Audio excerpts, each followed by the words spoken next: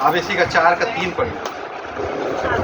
सब साथ में बोलेंगे, ये जान रखो कि यहोवा ने भक्त को यानी मुझको अपने लिए अलग कर रखा है। मैं अलग किया हुआ हूँ, मैं चुना हुआ हूँ, मैं अभिषिक्त हूँ। ठीक है, मैं आम लोगों के में नहीं आता, लेकिन मैं खास हूँ। हालेलुया। कि परमेश्वर ने क्या बोला, यीशु मसीह ने बोला था यूहन्ना 15 में कि तुमने मुझे, लेकिन मैंने तुम्हें, ताकि तुमको मैं पकड़ूं और तुम मेरे काम के लिए इस्तेमाल किए जाओ, मेरे लिए बहुत सफल लेकर आओ। हालेलुया। तो कभी कभी क्या होता है, आज जो मैंने आपके चिंतन और मनन के लिए विषय लाया है, कभी कभी हम हर चीज तोल मोल कर, वजन को हिलाकर परख कर लेते हैं। हालेलुया। जैसे मान लीजिए मुझे कोई एक अच्छी टीवी लेने जाना है, ये एक अच्छा फ्रिज लेने जाना है, तो मैं पहले क्या करूँगा, आप लोग क्या करते हैं, पहले उस दुकान में जाते हैं। इवन कपड़े भी लेने जाते हैं तो पहले हम उस दुकान में देखते हैं, फिर वहाँ अच्छा पसंद नहीं आया तो दूसरी दुकान में, फिर तीसरी दुकान में, पूरे मार्केट में घूम के जहाँ सबसे अच्छा, किफ़ायती, सस्ते में और अच्छा टिकाऊ चीज़ मिल रही है, हम वहाँ से लेते हैं। हालेलुया। तो हर चीज़ के लिए हम परखते हैं उसको। अगर सोना भी लेने जाए तो सोना कसौटी में परखा जाता, कितने 24 कैरेट है कि नहीं, इसमें कुछ मिला तो नहीं है, मिलावट तो नहीं है। हर चीज़ हम क्या लेना चाहते हैं, खरा। बोलिए खरा। तो परमेश्वर ही हमको खरा बनाना चाहता है। हालेलुया। मिलावट का जीवन नहीं कि आधा सोना मिला है उसके ऊपर आधा पीतल है फिर पानी चढ़ा हुआ है, ऐसा नहीं। हालेलुया। हमको परमेश्वर अपनी कसौटी में घिसता है और हमको निखारता है, हमारे अंदर से चमक आता है और चमकाता है, फिर हमको परमेश्वर इस्तेमाल करता है। हालेलुया। तो आज हम देखेंगे परखने के विषय में। हालेलुया। परखने को दूसरी भाषा में कहते हैं उस चीज़ की परीक्षा लेना। यानी कोई भी चीज़ को हम लेते हैं तो उसको परीक्षा देखते हैं, रगड़ के देखते हैं चल रहा है कि नहीं चल रहा। बच्चों के लिए गाड़ी खरीदते हैं, खिलौने खरीदते हैं तो हर चीज़ चला के देखते हैं, चालू करके। मोबाइल भी, इवन मोबाइल में जब हम लेने जाते हैं तो पहले हम 10 जगह से रेट पूछते हैं, और जहाँ सबसे कम हो, अगर ऑनलाइन सस्ता मिल रहा है तो ऑनलाइन लेते हैं और उसको पूरा चालू करके देखते हैं कि सही फंक्शन चल रहा है कि नहीं। तो आज हम परखने के विषय में देखेंगे कि परमेश्वर हमको कैसे परखता है और हमको कैसे परखा जाना है। परखने के विषय में परमेश्वर क्या कहता है, निकालिए मेरे साथ। पहला कुरिन्थियों उसका 4था अध्याय 3 पद पढ़िए। परंतु मेरी दृष्टि में यह बहुत छोटी बात। ये कौन कह रहा है, पौलुस कह रहा है कि मेरी दृष्टि में ये बहुत छोटी बात। आगे, कि तुम या मनुष्यों का कोई न्यायी मुझे परखे, परंतु मैं स्वयं अपने आप को नहीं परखता। फिर भी क्या बोलता है, क्योंकि मेरा मन मुझे किसी बात में दोषी नहीं ठहराता, परंतु इससे भी निर्दोष नहीं ठहराता। क्योंकि मेरा परखने वाला कौन है, बोलिए हमारा परखने वाला इंसान नहीं है, मेरा परखने वाला मेरा प्रभु ही है। तो कभी कभी क्या होता है, इंसान एक दूसरे को परखने की कोशिश करते हैं। अरे यार ये तो ऐसा है, हमारे बीच में बैठता उठता है, इसका स्वभाव अच्छा नहीं है, इसका चाल चलन अच्छा नहीं है। तो मनुष्य की क्या बिसात कि हमको परखे, है ना। हमारा परखने वाला तो हमारा परमेश्वर यहोवा है। तो पौलुस यहाँ पे कह रहा है कि ये छोटी सी बात है कि मनुष्यों की क्या औकात कि मुझे परखे, लेकिन मैं अपने आप, इसका मतलब नहीं कि कोई परखने की नहीं, मैं सबसे ज़्यादा पढ़ा लिखा तो मुझे कोई परख नहीं सकता, लेकिन मेरा परखने वाला परमेश्वर। इसके कारण ये नहीं कि मैं अपने दोषी नहीं ठहरा, मैं तो सब चीज़ में परिपक्व हूँ, मैं तो सब चीज़ में बिल्कुल फर्स्ट क्लास हूँ और मुझे कोई नहीं, इंसान नहीं परख सकता। लेकिन वो ये कह रहा है, इसका मतलब ये नहीं कि मैं दोषी ठहर गया। अगर अकेले में चुपचाप में मैं कोई गलती कर रहा हूँ तो मेरा देखने वाला कौन है, परमेश्वर परखने वाला परमेश्वर है। इससे मैं निर्दोष नहीं ठहरता। यहाँ पर हम देख रहे हैं कि हमारे जीवन में कई बार परीक्षा का समय आया कि नहीं, हमको लोग परखने के लिए एक छोटी सी बात को बोलते हैं। हालेलुया। दो दोस्तों में लड़ाई कराना हो या दो सहेलियों में लड़ाई करना है तो तीसरी जो होती है वो एक दूसरे को परखती है। वो उसके कान में जाके पहली वाली को बोलती है, तुझे पता है तेरे खिलाफ ये दूसरी वाली जिसको तू अपना सगा मानती है वो तेरे खिलाफ ऐसी ऐसी बुराई करती, और उसी बात को फिर दूसरी बात में जाके फिर दूसरी वाली को भी भरमाती है कि ताकि दोनों के बीच में क्या हो जाए, मतभेद हो जाए, लड़ाई हो जाए एक दूसरे को। तो जो कच्चे कान का होता है ना, वो तुरंत क्या बोलता है, अच्छा उसने मेरे लिए ऐसा बोली, उसने मेरे लिए ऐसा बोला, अब मैं जाके लड़ने के लिए। तो क्या होता है, कभी कभी हम अपने आप को परखते नहीं, जांचते नहीं, और हम अपने स्वभाव को नहीं देखते कि हमारा उसके साथ 15 साल से 20 साल से हमारी पक्की दोस्त है, और आज ये आदमी आकर, ये लड़की आकर मुझे बहका देगी। हमारे अंदर परख की आत्मा होना चाहिए, हमारे अंदर वो कॉन्फिडेंस होना चाहिए, वो दिमाग समझ होना चाहिए कि हमें बहकाया जा रहा है, हमें उसके खिलाफ भड़काया जा रहा है। तो कई लोग क्या होते हैं, जिनको समझ नहीं होती, वो जाके तुरंत लड़ने के लिए तैयार होता है। अच्छा तूने मेरे लिए ये बोली, फिर बाद में पता चलता नहीं मैंने तो बोली नहीं, अरे ये तो नहीं हुआ, फिर बाद में बहुत बाद में क्लियर होता है। कभी कभी वो क्या होता है, इतना मतभेद हो जाता है कि लोग आपस में एक दूसरे का चेहरा देखना पसंद नहीं करते। 15-15 साल पता चला एक दूसरे से अलग, कई बार कई वर्षों के बाद पता चलता है, 10 साल के बाद, 15 साल के, और एक गलत फहमी हो गई थी, किसी ने हमारे बीच में आके फूट डाल दिया था, अपने बीच में तो ऐसा था ही नहीं। काफ़ी समय के बाद जब लोग मिलते हैं तब उनको गलती का एहसास होता है। हालेलुया। बोले जब मैं यीशु मसीह को ग्रहण करूंगा या यीशु मसीह को अपना व्यक्तिगत उद्धारकर्ता ग्रहण करती हूँ, उस दिन से परखने वाला, परीक्षा लेने वाला मेरे पीछे सक्रिय हो जाता है। जैसे हम यीशु मसीह को ग्रहण करेंगे, मसीह में आएंगे, परीक्षा के दिन शुरू हो जाएंगे। हालेलुया।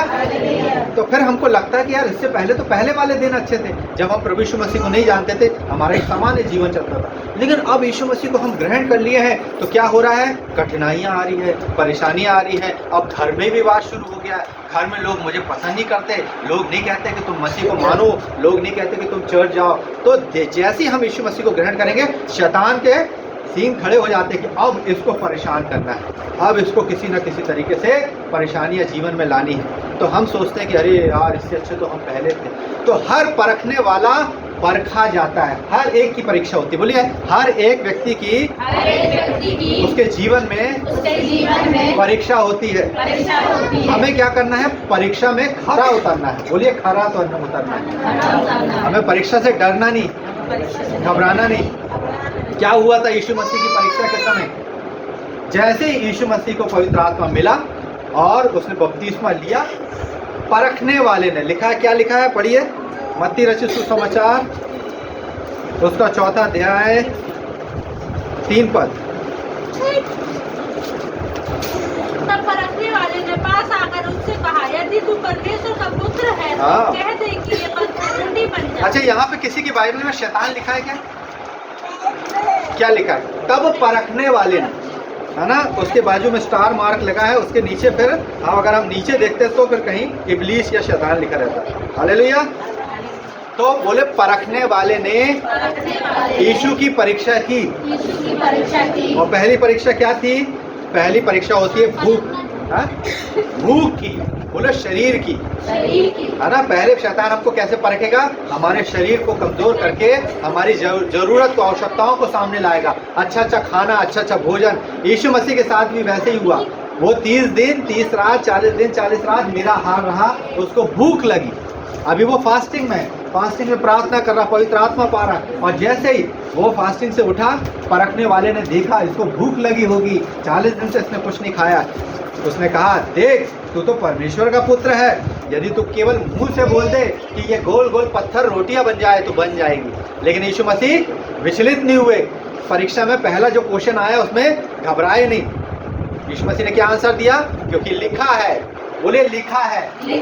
अपन ने पिछली बार क्या देखा था कि यीशु मसीह, परमेश्वर ने हमारे को क्या दिया है? लिखित वचन। बोलो लिखित वचन। तो यीशु मसीह ने भी उसी का इस्तेमाल किया, अपने मन से नहीं बोला, बोला लिखा है कि मनुष्य केवल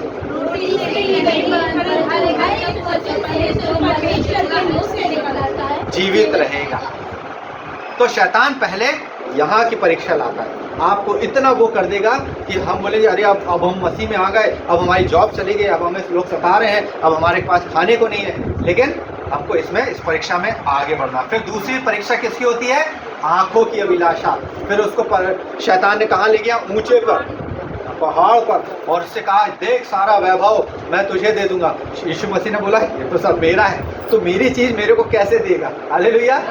तो शैतान को बोला केवल इस परमेश्वर, फिर कहा लिखा है कि तू अपने परमेश्वर की परीक्षा नहीं करना।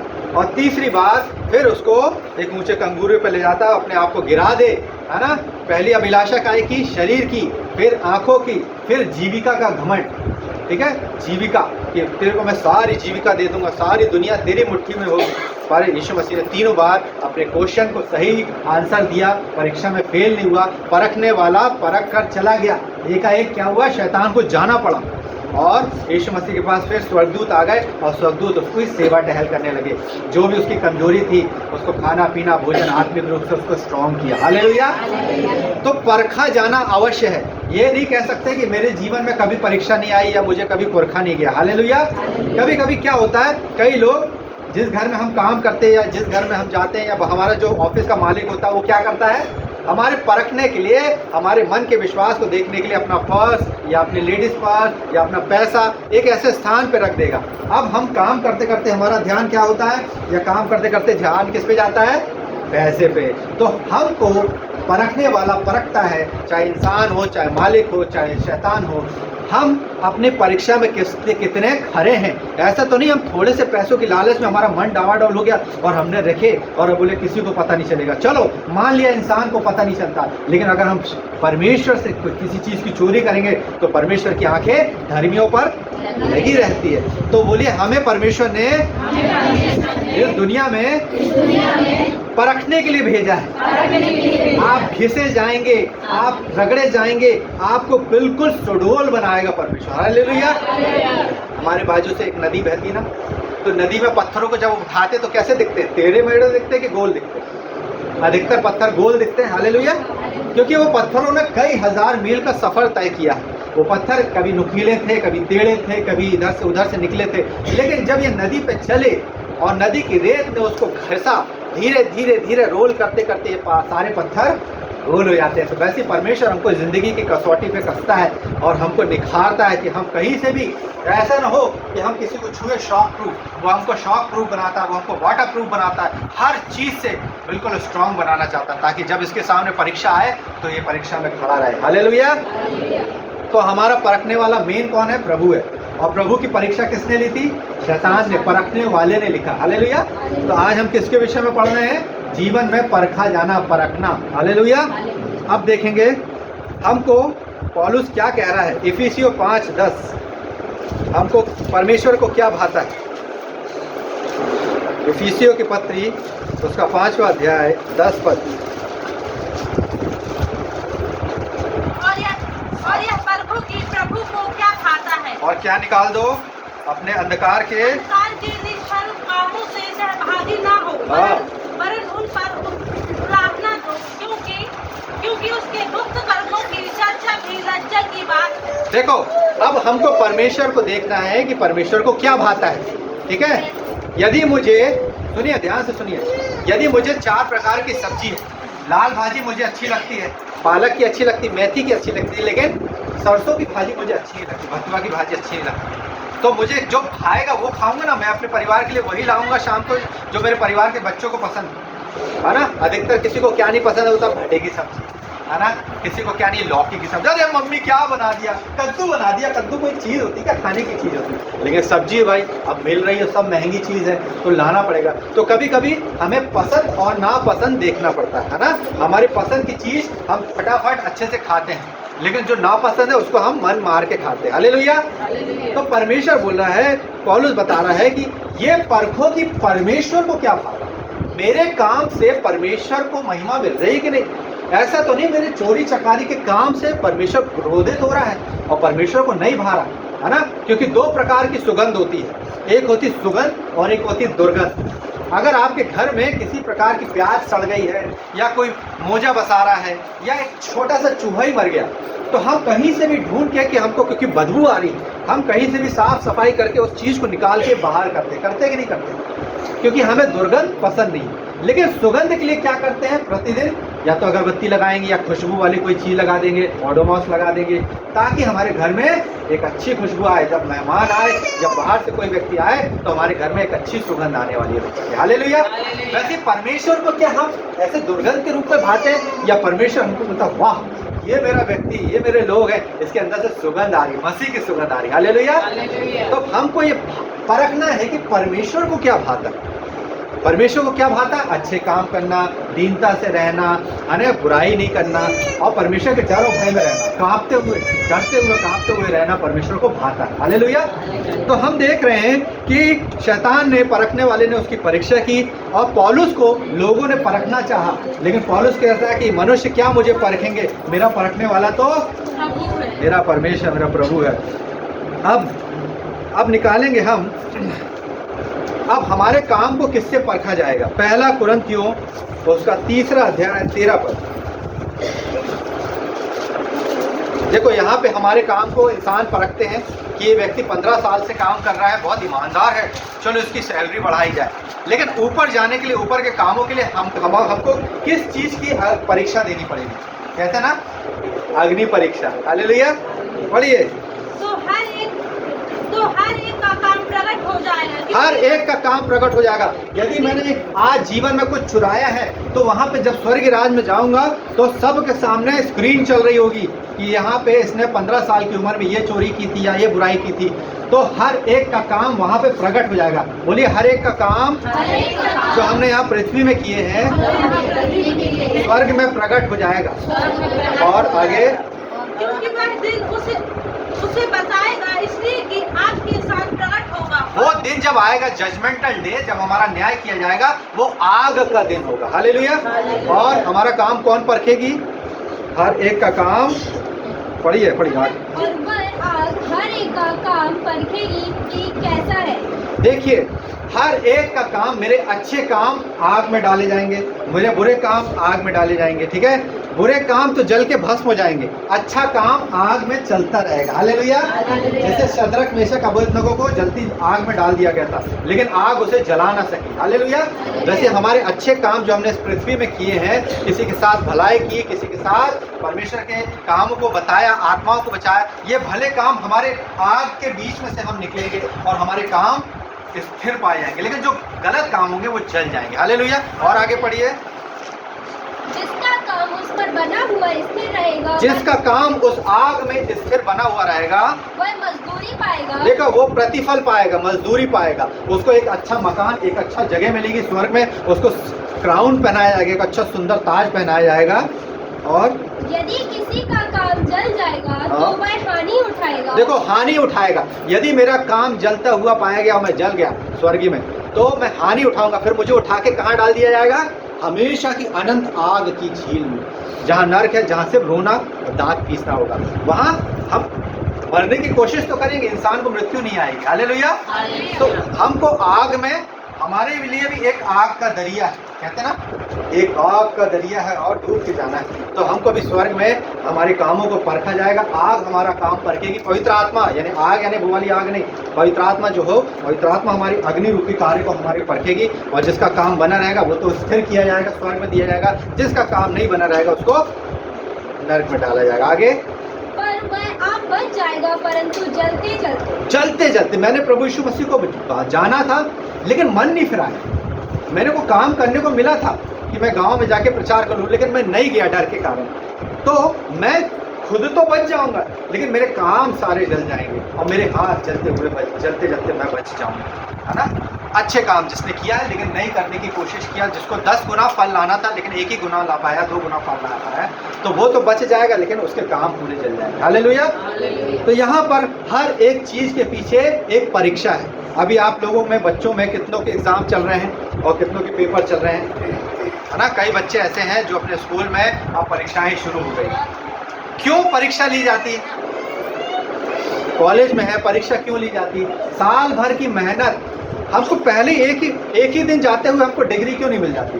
यहाँ पहले दिन कॉलेज में गए, साइन किए, मुझे सब कुछ आता है, लो भैया डिग्री पकड़ो, अब कल से मत आना। ऐसा क्यों नहीं किया जाता?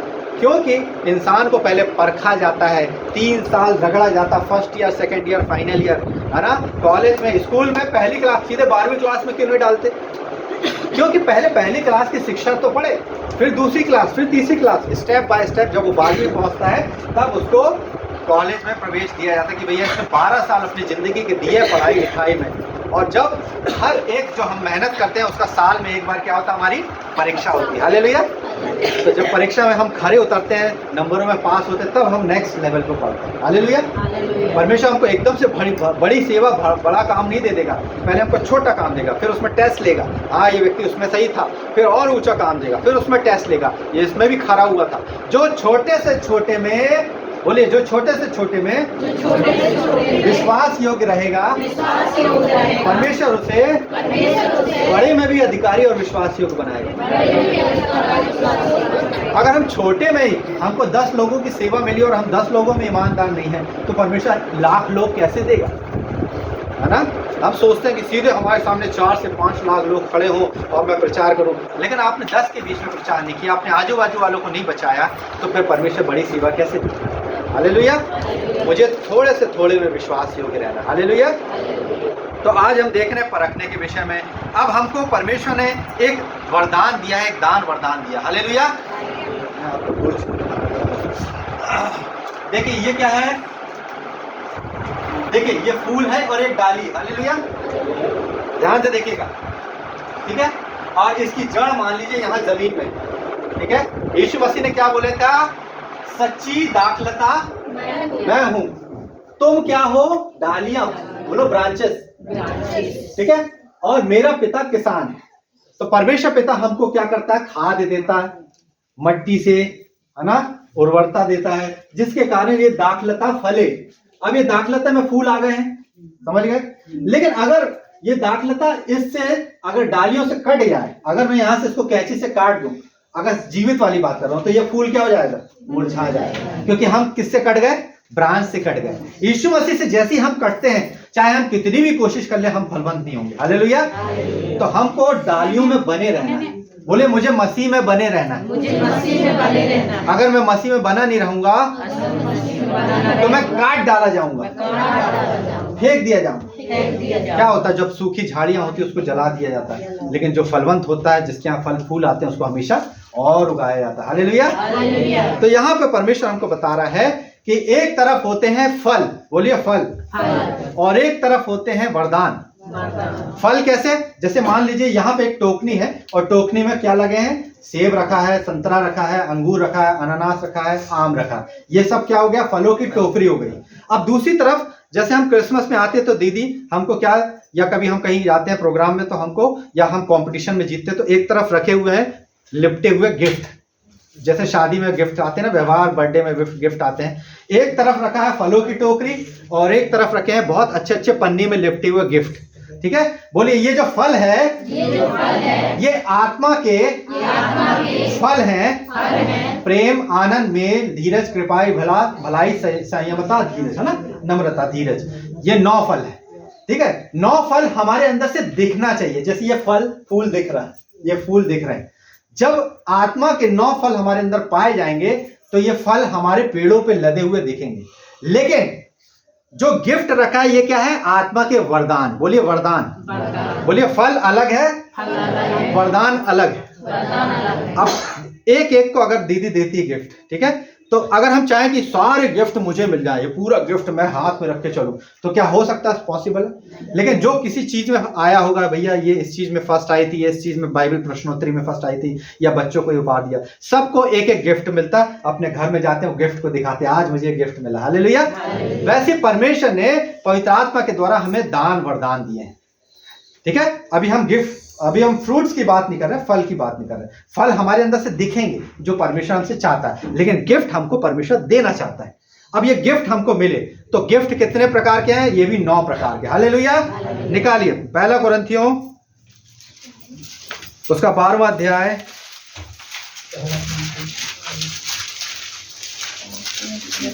अच्छा आप में से कितने लोग बोलते हैं कि हमारे अंदर पवित्र आत्मा नहीं है, हाथ उठाइए। दीदी ने भी कई बार समझाया होगा। कौन ऐसा व्यक्ति है जिसके अंदर पवित्र आत्मा नहीं है? देखो हम क्या करते हैं, हम ये कहते हैं अगला व्यक्ति अन्य भाषा में प्रार्थना कर रहा तो उसके पास पवित्र आत्मा है, हम नहीं कर पा रहे, हमारे अंदर शब्द नहीं है तो हमारे अंदर पवित्र आत्मा नहीं। ऐसा मत समझिएगा, हर एक के अंदर परमेश्वर ने आत्मा डाला। हालेलुया। बोले मेरे अंदर पवित्र आत्मा है। मेरे अंदर पवित्र आत्मा है। कैसे कहेंगे, पढ़िए 3:12-3।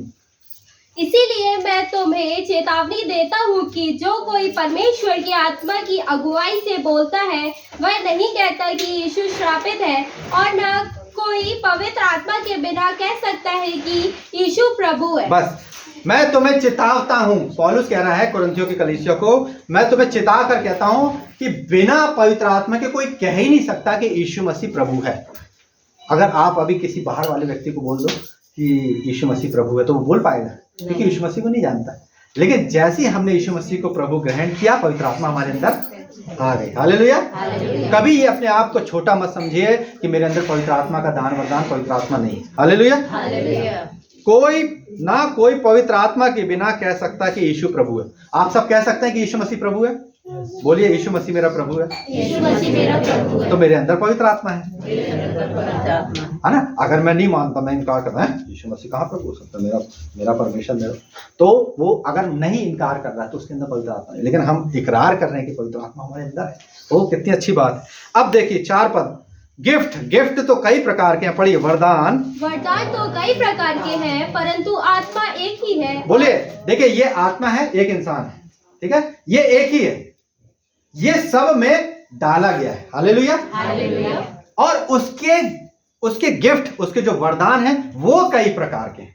जैसे लक्षण होते ना, ये बेटा है, ये मेरा बेटा है, लेकिन दूसरे बेटे से भिन्न है। मेरे 5 बेटे हैं, लेकिन पांचों अलग अलग काम करते हैं। एक टेक्निकली काम करता है, एक खेती किसानी करता है, एक कंप्यूटर चलाता है, एक अपना ड्राइविंग करता है। तो पांचों किससे निकले हैं? एक ही बाप से निकले हैं, लेकिन जब निकले हैं तो अलग अलग गिफ्ट रूप में दिखाई दे रहे हैं। वैसी आत्मा एक ही है, पवित्र आत्मा एक ही है, उसके नेचर, उसके गिफ्ट, उसके वरदान अलग अलग है। अब 7 पद पढ़िए। किंतु सबके लाभ पहुंचाने के लिए हर एक को आत्मा का प्रकाश दिया जाता बोलिए, है। एक को, किसी को, या हर एक को? बोलिए मुझे और हर एक को जो यीशु मसीह को जानता है, उसको आत्मा का प्रकाश दिया जाता है। हाँ 8 पद पढ़िए। क्योंकि एक को आत्मा के द्वारा बुद्धि की बातें दी जाती है और दूसरे को उसी आत्मा के अनुसार ज्ञान की बातें। देखो, कोई बहुत पवित्र आत्मा पाकर बुद्धि की बातें करता है। जैसे सुलेमान के पास बुद्धि थी, बुद्धि लेके पैदा हुआ था, लेकिन क्या, मुझे और बुद्धि चाहिए क्योंकि मैं इस राजपाट को संभाल सकूं। मेरे पास बुद्धि थी राजकुमार तक के रहने के लिए, लेकिन अब मुझे लेवल बढ़ाना है क्योंकि मेरे सामने न्याय के लिए लोग आएंगे इजराइल से। उसकी बुद्धि को, उनका न्याय करने के लिए मुझे और बुद्धि दे, टॉप लेवल की। तो किसी को बुद्धि का आत्मा दिया जाता है और किसी को ज्ञान का। कोई ज्ञानी रहता है, अरे दुनिया की कोई भी बात पूछ लो उसके पास रहेगी। तो एक ही आत्मा है, एक को बुद्धि डाल दिया, उसी आत्मा ने एक को ज्ञान बोल दिया। तो एक ज्ञानी हो गया, ज्ञानवान बन गया, एक बुद्धिमान बन गया। हालेलुया। बुद्धिमान और ज्ञानवान में क्या फर्क है? बुद्धिमान यानी बुद्धि जो हमको दी गई है कि भैया अगर यहां से जा रहे हैं और गड्ढा है तो हम क्या गड्ढे में जाएंगे? नहीं, हम किनारे से निकल जाएंगे। अगर हम गैस जल रही है तो उसमें आग डालेंगे, हाथ डालेंगे क्या? क्योंकि हमको बुद्धि का आत्मा मिला, क्योंकि आग डालने से हमारे हाथ जलेंगे। लेकिन ज्ञान क्या है? ज्ञान जो हम पढ़ लिखकर इल्म प्राप्त करते हैं कि हमको 25 साल का अनुभव है, अनुभव ही ज्ञान है। हालेलुया। कि हमको इतने करने पे गाड़ी टर्न करेगी, हमारा 25 साल का अनुभव है कि आगे जाके हमको गाड़ी इतने से काटना है, ये हमारा ज्ञान है। हमको पढ़ाई लिखाई में जो हमको 12 साल मेहनत करने पे जो हमको प्राप्त हुआ वो ज्ञान है। बुद्धि से हमने पेपर दिया था, लेकिन ज्ञान कब प्राप्त हुआ? जब डिग्री मिल गई। हालेलुया। बोले यार ये बहुत पढ़ा लिखा ज्ञानवान है, इसके पास बहुत सारी डिग्रियां हैं। हालेलुया। तो किसी को बुद्धि का आत्मा दिया जाता, तो किसी को उसी आत्मा से ज्ञान का, और किसी को 9 पद, किसी को उसी आत्मा से विश्वास की, किसी को बस विश्वास की। बोले मेरे अंदर विश्वास है, मेरे अंदर विश्वास है, मैं विश्वास करता हूँ, करती हूँ। तो जब हम विश्वास करते हैं कि मेरे बच्चे आगे बढ़ेंगे और मुझे मेरा यीशु मसीह संभाल लेगा, ये क्या हो गया? फेथ। बोलिए विश्वास। तो जैसी विश्वास आया, पवित्र आत्मा का तीसरा वरदान हमारे पास आ गया। हालेलुया। हमारे पास बुद्धि है, हमारे पास ज्ञान भी है, हम ज्ञान से बातें भी करते हैं, कोई गलत बातों नहीं पढ़ते, हम विश्वास करते। तो ये तीसरा गिफ्ट भी हमारे पास आ गया। हालेलुया। अब चौथा, किसी को उसी एक आत्मा से चंगा करने का वरदान दिया जाता है। चंगाई का। अब इसमें हम पीछे हट जाते हैं, अरे भैया मैं हाथ रखूंगा तो लोग चंगे होंगे कि नहीं, मैं जाऊं कि नहीं जाऊं दुआ करने। तो हमारे अंदर क्या आ जाता है, निसंकोच की भावना, यानी हमारे अंदर अविश्वास की आत्मा आती है कि हमारे अंदर संकोच आ जाता है। अरे तो हमने जब विश्वास कर लिया कि यीशु मसीह मेरे अंदर है, तो मैं अगर प्रार्थना विश्वास के साथ कर रहा हूँ और विश्वास से वो ग्रहण भी कर रहा है, कर रही है, तो क्यों नहीं मिलेगी चंगाई। हालेलुया। तो केवल सब पूरा काम विश्वास पे डिपेंड करता है। जब मैंने विश्वास से अगर अपने घर के बाजू वाली पड़ोसी से प्रार्थना करी उसके लिए और वो चंगी हो जाएगी। हम अपने बच्चों के लिए प्रार्थना करते हैं ना, आज रात को बुखार है, यीशु मसीह के नाम से कल सुबह बच्ची मेरी बिल्कुल स्वस्थ उठे, उठती कि नहीं उठती, बुखार दूर होता है ना, तो हमारे अंदर चंगाई का भी दान वरदान। बात यही है कि हम अपने बच्चों पे आम करें, यही बात हम बाहर करेंगे तो बाहर भी लोगों को चंगाई मिलेगी। हालेलुया। अब देखिए 10 पद। फिर किसी को सामर्थ के काम करने की शक्ति और बस किसी को सामर्थ के काम क्या होते हैं कि एक अंधा व्यक्ति आया, एक जन्म का लंगड़ा आया और हाँ पौलुस लोग जाते थे और उस पर हाथ रखते थे, सामर्थ के काम दिखते थे, वो उसमें से दुष्ट आत्माएं निकल गई। वो अंधा व्यक्ति जिसकी जन्म से आंखें नहीं थी उसकी आंखें आ गई, वो जिसका एक हाथ नहीं था उसको एक हाथ मिल गया, जिसका पैर नहीं था उसको एक पैर मिल गया। सामर्थ के काम करने, ये हमको आगे लेवल में मिलेगा। जब हम विश्वास में आगे बढ़ेंगे तो हम सामर्थ के काम भी करेंगे। यीशु मसीह ने क्या बोला था, मैं तुम्हें सारी बातों का सामर्थ, यानी सांप और बिच्छू को रोकने का अधिकार देता हूँ, लेकिन शैतान की सारी सामर्थ पे अधिकार देता हूँ। तो किसी को सामर्थ करने के काम करने की शक्ति और किसी को भविष्यवाणी। अब भविष्यवाणी क्या हो गई, ये भविष्यवाणी एक अलग वरदान हो गया, प्रोफेसी। जैसे हम बोलते हैं ना कल पानी गिरने वाला है, छाता लेके निकलेंगे या फिर रेनकोट लेके जाएंगे, तो ये क्या हो गई, भविष्यवाणी हो गई। कल अभी यहाँ पे बच्चों को अपन क्या बोलते हैं, कल बेटा अच्छे से पढ़ के जाना, मैं यहाँ से प्रार्थना करूंगा या करूंगी तो तुम्हारे लिए कल पेपर अच्छा जाएगा। ये क्या हो गई, भविष्यवाणी। जरूरी नहीं है कि पूरी हो, लेकिन जो हम भविष्य की बातें कहते हैं, जो हम अपना ज्ञान समझ से बात करते हैं कि कल ऐसा हो जाएगा, तुम संभल के जाना, कल संभल के जाना, कल कर्फ्यू लगने वाला है, कोरोना के कारण लॉकडाउन होने वाला है, ये हमारी सारी भविष्यवाणी होती है। हालेलुया। तो किसी को भविष्यवाणी का आत्मा मिला, किसी को सामर्थ का। अब किसी को क्या मिला है, आत्माओं की। अच्छा बताइए, जेंट्स में ज्यादा, पुरुषों में ज्यादा परख की आत्मा या औरतों में? लेडीज ज्यादा देख के भाग जाती है। हालेलुया। क्योंकि बचपन से लेडीज को परमेश्वर ने ज्यादा परखने का दान बता दिया। हम इंसान से हाथ मिलाएगा, हम नहीं परख पाएंगे ये कैसे, लेकिन जब हम लेडीज से हाथ मिलाएंगे, लेडीज तुरंत परख जाती है कि इसके छूने में क्या है। हालेलुया। समझ सकते ना, उस गहराई तक मैं लेके नहीं जा रहा, लेकिन औरत तुरंत परख लेती है किस भाव का आदमी है या किस परिवार का, किस नेचर का है ना। आत्माओं की परख होती है। तो हम ये नहीं कह सकते कि पवित्र आत्मा का एक वरदान हमारे पास आत्माओं की परख है। हमारे घर में कोई आया, गलत तरीके से आया, आप गलत तरीके से छू रहा, गलत तरीके से पास आने की कोशिश, आप समझ जाते ना, तो परख का वरदान हमारे अंदर है। इंसानों की परख का भी दान वरदान हमारे अंदर है, क्योंकि लेडीज में ज़्यादा होता है। अगर हस्बैंड वाइफ कहीं जा रहे हैं और मेरे लिए, मैं अपने लिए बता रहा हूँ, मैंने अगर 2-4 लेडीज से हाथ मिला दी तो मेरी वाइफ होती है, नहीं मैं देख रही थी तुम, वो ज्यादा क्लोज हो रही थी तुम्हारे। अरे नहीं तो सिस्टर है, मैं तो उससे हाथ मिला रहा था। हम नहीं समझ पा रहे, जेंट्स नहीं समझ पा रहे, लेकिन लेडीज को परमेश्वर ने परख का दान वरदान दिया है ना। वो तुरंत अपने पति को वहां से निकालती, बचाती है कि भाई उसके चक्कर में मत पड़ना, आगे जाके तुम की पास्टरी सेवा करनी है, अगर ऐसा हो जाएगा तो तुम्हारा नाम खराब होगा। तो हर एक लेडीज के ऊपर परख का आत्मा ज्यादा रहता है। हालेलुया। बोलिए, मेरे अंदर आत्माओं की परख का आत्मा है। मैं तुरंत देख कर भाप जाती हूँ कौन सही है कौन गलत। हालेलुया। तो देखो हमारे पास कितने दान वरदान हो गए, अभी तक हमें पता ही नहीं। हमारे पास बुद्धि का भी आत्मा है, हमारे पास ज्ञान का भी आत्मा है, हमारे पास सामर्थ्य काम करने का भी आत्मा है, हमारे पास चंगा करने का, विश्वास तो हमारे पास है ही। अब हमें क्या लाना, भविष्यवाणी का आत्मा लाना है, ताकि हम भविष्यवाणी करें तो वो पूरी हो। और आत्माओं की परख तो हमारे अंदर है। अब क्या है आगे, अनेक प्रकार की भाषाओं का और भाषाओं का अर्थ बताना, ये आपको अगले लेवल में मिलेगा। जैसे हम प्रभु की उपस्थिति में बैठते हैं घुटनों और आंसुओं के साथ, फास्टिंग के साथ, तब परमेश्वर हमको अन्य अन्य भाषा देते हैं। बोले अन्य अन्य भाषा बोलने से और नहीं बोलने से हम कह नहीं सकते कि हमारे अंदर पवित्र आत्मा नहीं है। जो बोल रहा है वो आप अपने अनुभव से बोल रहा है और अपने सामर्थ्य से जो परमेश्वर ने उसको दिया है। हम नहीं बोल पा रहे कोई बात नहीं, लेकिन फिर भी परमेश्वर का आत्मा हमारे अंदर। हालेलुया। तो अन्य अन्य भाषाओं का अर्थ बताने वाला भी, कि उसने किस भाषा में बात की उसको अनुवाद करने वाला भी एक दान वरदान है। वो गिफ्ट आपको बाद में मिलेगा। हालेलुया।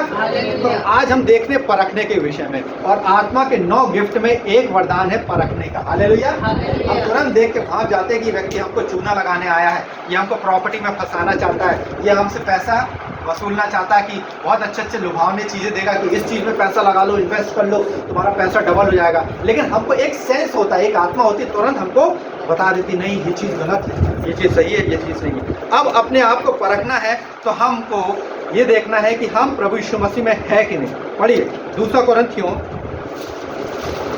समाप्त करेंगे फिर 5 मिनट बाद। 2 कोरिन्थियों 13:5।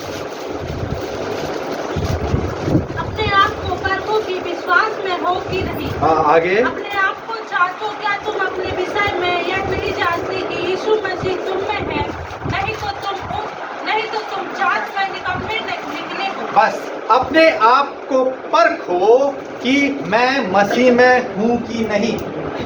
अगर मैं अपने काम के लिए आ रहा हूँ, सोचिए, सुनिएगा ध्यान से, अगर हर एक बहन अपने निजी स्वार्थ के लिए आ रहे हैं कि हम जाएंगे तो हमारे लिए दुआ होगी, हम ठीक हो जाएंगे, लेकिन अगर हमने मसीह को ग्रहण नहीं किया तो वो थोड़ी देर के लिए चंगाई तो मिल जाएगी, लेकिन फिर बाद में हमको घूम फिर के परेशानी आ जाएगी। लेकिन अगर हमने मसीह को अपना बेस बना लिया, अपना आधार, यीशु मसीह अगर मेरी दृढ़ चट्टान बन गई, तो फिर कभी कोई छोटी मोटी परेशानी, जिंदगी की जो परेशानी जो आप यहाँ लेकर आए, वो कभी आपको परेशान नहीं करेगी। हालेलुया। तो अपने आप को परखो, बोलो कि मैं मसीह में हूँ कि नहीं।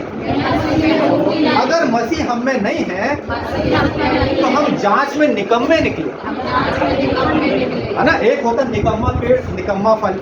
देखता है खेती किसानी वाला, किसान जो होता है वो एक दिन खाद डालता है, 1 साल देखता फल नहीं आया, फिर दूसरे साल उसको और जोतता बोता है, और गुड़ाई करता, और फल वो देखता, फिर भी फल नहीं आया। तो क्या होता है, धीरे धीरे देखता कि 3 साल हो गए, 5 साल हो गए, 10 साल हो गए, इसमें फल नहीं आ रहा है। अब इसको क्या करेगा, उखाड़ेगा और फेंक देगा और जला देगा और उस जगह पे नया पौधा लगा देगा।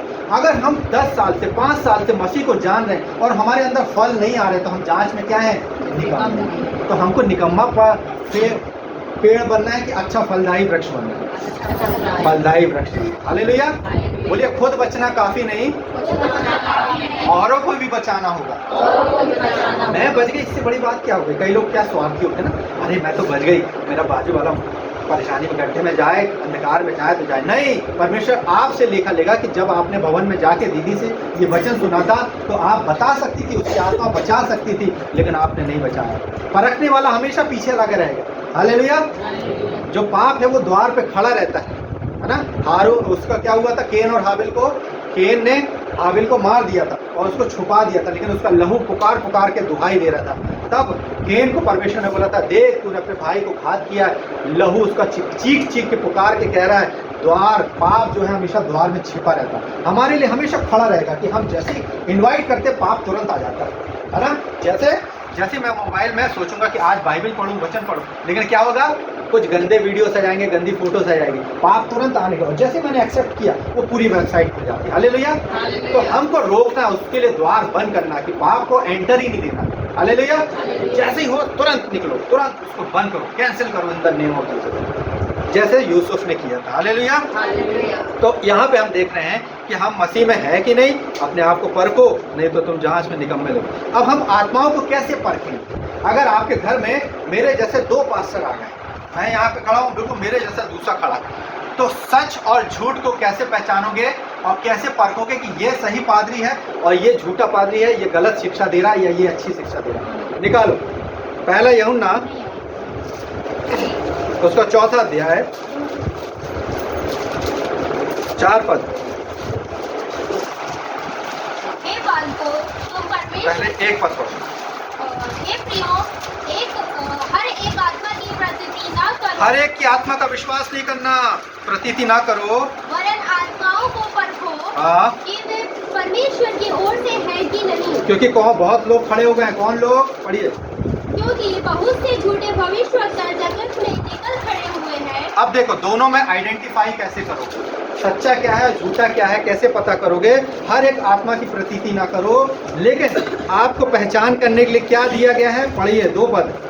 परमेश्वर का आत्मा तुम इस रीति से पहचान बोलिए, सकते सब हो। एक साथ बोलेंगे। परमेश्वर का आत्मा, परमेश्वर का आत्मा, सत्य का आत्मा, सत्य का आत्मा, हम इस रीति से पहचान सकेंगे। हम इस रीति से पहचान सकेंगे। जो आत्मा मान लेती है यीशु मसीह शरीर में होकर आया, वो परमेश्वर की ओर से। हालेलुया। तो हमको कैसे पता चलेगा? उनकी बातों में। अगर वो लुभावने वाली बातें कर रहे हैं, सिस्टर आपके साथ ऐसा हो जाएगा, आपके लिए मैं एक बहुत अच्छा गोल लाया हूँ, प्लान लाया हूँ, परमेश्वर में बने रहे, ये रहे, लेकिन मुझे पैसा दे दीजिए, इतने के लिए अगर आप मुझे इतना देंगे तो इतना हो जाएगा, आपको प्रभु बहुत आशीष देगा। तो आपको तुरंत क्या, कौन सी दी है आत्मा? परख की आत्मा। ठीक है। लेकिन जो आपको निस्वार्थ सेवा से करने आया कि अपना मन फिराओ, आप पुराने कामों को त्याग दो, परमेश्वर की ओर फिरो, अपने परिवार को बचाओ, और किसी भी तरीके से पैसे की बात नहीं कर रहा, लेकिन आत्मा कह रही है कि यीशु मसीह ही प्रभु है। जो आत्मा आपको ये बताती है कि यीशु मसीह ही प्रभु है, उसको एक्सेप्ट करो। हालेलुया।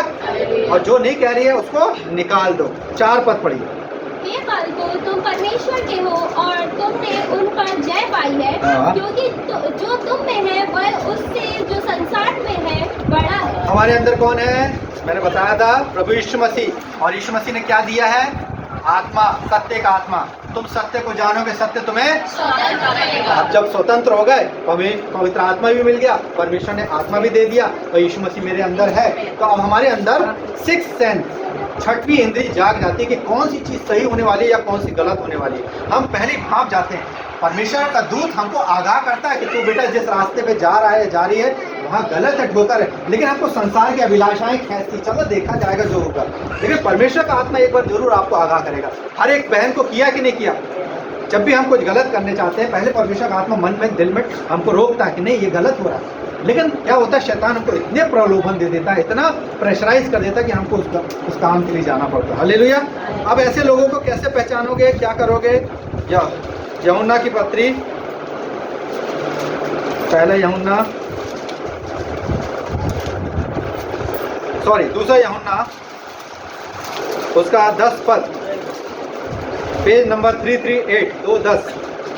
यदि कोई तुम्हारे पास आए, देखो, यदि तुम्हारे घर में कोई आए और तुम्हारे पास आके कौन सी शिक्षा दे? और यही शिक्षा ना दे, हाँ, उसे ना तो घर में आने दो और ना नमस्कार करो। सुनिए बहुत ध्यान से। यदि मसीह की शिक्षा को छोड़कर कुछ और ही लुभावने वाली बातें को लेकर कोई व्यक्ति आया है, तो यहाँ यूहन्ना चिता रहा है कि ऐसे व्यक्ति से सावधान रहो, क्योंकि बहुत से जगत में ऐसे भरमाने वाले भविष्यवक्ता, झूठे भविष्यवक्ता आ गए हैं, जो आपको बड़ी बड़ी बातें कहेंगे, तुम लोगों को कल्याण मिलेगा, तुम लोगों को चंगाई मिलेगी, लेकिन किसी तरीके से तुम्हारा दिया हुआ चीज, तुम्हारी बची हुई चीज को भी वो लेने आए।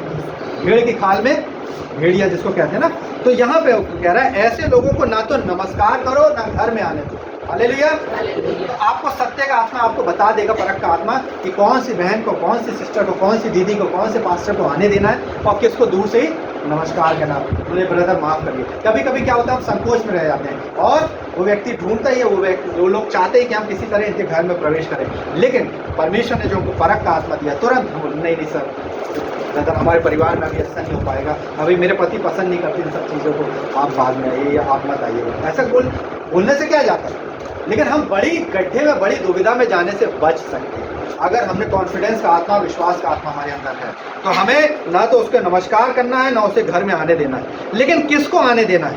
तीसरा यूहन्ना 1:7, इसी क्या, वे उस नाम के लिए निकलते, देखिए जो परमेश्वर के नाम से निकला है ना, वो निस्वार्थ निकलेगा, उसको किसी चीज की जरूरत नहीं। पढ़िए। और अन्य जातियों से कुछ नहीं लेते। बोलिए, अन्य जातियों से एक पैसा भी नहीं लेते। उनके लिए क्या करना है? इसीलिए ऐसों का स्वागत करना चाहिए, जिससे हम भी सत्य के पक्ष में उनके सहकर्मी हो। क्योंकि देखो, भविष्य में हमें भी जाना है। अगर हम नहीं समझेंगे ये सेवा को, अगर मैं पैसे के लिए सेवा कर रहा हूँ तो परमेश्वर मुझे ज्यादा दिन नहीं टिकाएगा। लेकिन अगर मैं निस्वार्थ सेवा कर रहा हूँ तो परमेश्वर आपको बड़ी सेवा देगा। और जब आप दूसरे के घर में जाएगा तो दूसरे के अंदर भी परख की आत्मा रहेगी, अरे ये व्यक्ति तो बहुत अच्छा है, क्योंकि इसने उससे सीखा था कि हमको निस्वार्थ सेवा करनी है। हालेलुया। तो यहाँ पर हमको आत्माओं को बचाना है, हमको एक बड़ा काम मिला है। और लोग क्या कर रहे हैं, पैसा बटोरने के चक्कर में कि मैं धनी हो जाऊं, ये हो जाऊं, हो जाऊं। तो यहाँ पे हमको परमेश्वर ने एक बड़ी जिम्मेदारी दी है कि उन लोगों को जो यीशु मसीह के नाम से निकले गए हैं और अन्य जातियों से एक नया पैसा नहीं लेते, उनको अपने घर में स्वागत करना चाहिए, जिससे हम भी सत्य के पक्ष में सहकर्मी हो। हालेलुया। बोले हमारा विश्वास जलते हुए लोहे से दागा गया है, ताकि हम विश्वास में खरे निकले। हमारी परीक्षा होगी, धन्य है वह मनुष्य जो परीक्षा में स्थिर रहता है, खड़ा रहता है। ठीक है। तो यहाँ पे हमने देखा कि मनुष्य को परखने के लिए जीवन में बहुत सारी परखने की आत्मा आती है, लेकिन हमको हर परीक्षा में खरा उतरना है, सब बातों में अच्छी बातों को पकड़े रहना। हालेलुया। एक बात कह के समाप्त करेंगे।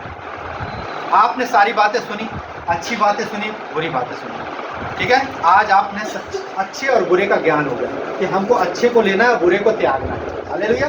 तो यहाँ पे हमको आखिरी में पौलुस इस बात को कह रहा है कि क्या करना है। पहला थिस्सलुनीकियों 5:21।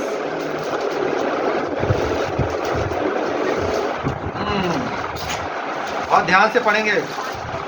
19 को पढ़ो पहले। आत्मा को ना बुझाओ। बोलिए आत्मा को ना बुझाओ। पवित्र आत्मा हमारे अंदर काम कर रहा है। पवित्र आत्मा हमारे अंदर एक छोटी सी लौ के रूप में जल रहा है। बोलिए लौ, छोटी सी लौ, है ना। ऐसे छोटी सी लौ जलती रहती ना, वैसे हमारे अंदर दिल में एक छोटी सी प्रकाश, थोड़ी सी लौ जल रही, उसको ना बुझाओ, वो और दिन पे दिन जलती चली जाए, है ना। उसकी रोशनी तेज होती चली जाए। और भविष्यवाणियों को तुच्छ न जानो। भविष्यवाणी को जो प्रोफेसी करता है उसको तुच्छ न जानो। सब बातों को परखो। एक बात को परखो कि सब बातों को, यानी अगर कोई चिन्ह चमत्कार दिखा रहा है उस बात को भी परखो, किसी ने अच्छा वचन दिया उस बात को भी परखो, किसी ने भविष्यवाणी की उस बात को परखो। हर बात को परखना है, हर सब बातों को परखो। और अच्छी है उसे पकड़े रखो। देखो सिंपल सी बात है, जो अच्छी है उसे पकड़े रहना, और जो बुरी है सब प्रकार की बुराई से बचे। हंस के विषय में देखा आपने, पुराने समय में कहावत दी जाती थी, हंस के सामने दूध में कटोरी में दूध में पानी डाल के रख दो, लेकिन हंस क्या करेगा, दूध को पी लेगा, पानी को छोड़ देगा। वैसे हमको अच्छाई को लेना है और बुराई को त्याग देना। उसके जीवन में क्या बुराई है, क्या नेगेटिव पॉइंट थॉट्स हैं, क्या बातें हैं, उसको छोड़ो। उसने ये बात अच्छी की, उसको पकड़ लो। हालेलुया। जैसे आप किसी मेले में गए या किसी कन्वेंशन में गए, वक्ता ने जो बोला उसकी अच्छी बात को पकड़ लो, लेकिन उसके पीछे वो उतर के क्या कर रहा है, डांट रहा है, मार रहा है, या उसके जीवन की क्या बात है, उसको छोड़ दो, वो उसका निजी जीवन है। हालेलुया। लेकिन हमको अच्छी बात को पकड़ना है। हालेलुया। तो आज हमने क्या सीखा, परख का आत्मा। बोले मेरे अंदर परख का आत्मा है। मैं तुरंत परख कर देख कर समझ जाऊंगी कौन व्यक्ति सही है, कौन नहीं है। और परमेश्वर ने कहा है मुझे परखो, ऐसा करके मुझे परख कर देखो, है ना। मलाकी 3:10 में क्या कहा, दशमांश के देने में। आप दीदी के उसमें विषय में आते हैं, दशमांश का देने का। अब परमेश्वर बोला कि मुझे परखो। अभी क्या हो रहा था, मुझे परखने वाला कौन है, या तो परमेश्वर। लेकिन देने के विषय में परमेश्वर क्या रहा है, पढ़िए मलाकी 3:10, ऐसा करके मुझे परखो। मलाकी 3:10 दशमांश के ऊपर में लिखा है। हम दशमांश की चोरी नहीं कर सकते। हमने कमाया 10,000 और 1,000 अगर हम परमेश्वर को नहीं दे रहे हैं तो ये दशमांश की चोरी होगी। सारे दशमांश भंडार में ले आओ कि मेरे भवन के भोजन वस्तु रहे। हाँ। और सेनाओं का यहोवा यह कहता है कि ऐसा करके मुझे परखो कि मैं आकाश के झरकों तुम्हारे लिए खोलकर तुम्हारे ऊपर अपरंपार आशीष की बरकत करता हूँ कि नहीं। सारे दशमांश मेरे भंडार में ले आओ। पिछले बार मैंने देखा कौन सी सिस्टर ने लाई थी, भूमि की उपज का, है ना। कितनी अच्छी बात है, सारे दशमांश। पुदीना पैदा हुआ तो पुदीना का दशमांश, है ना।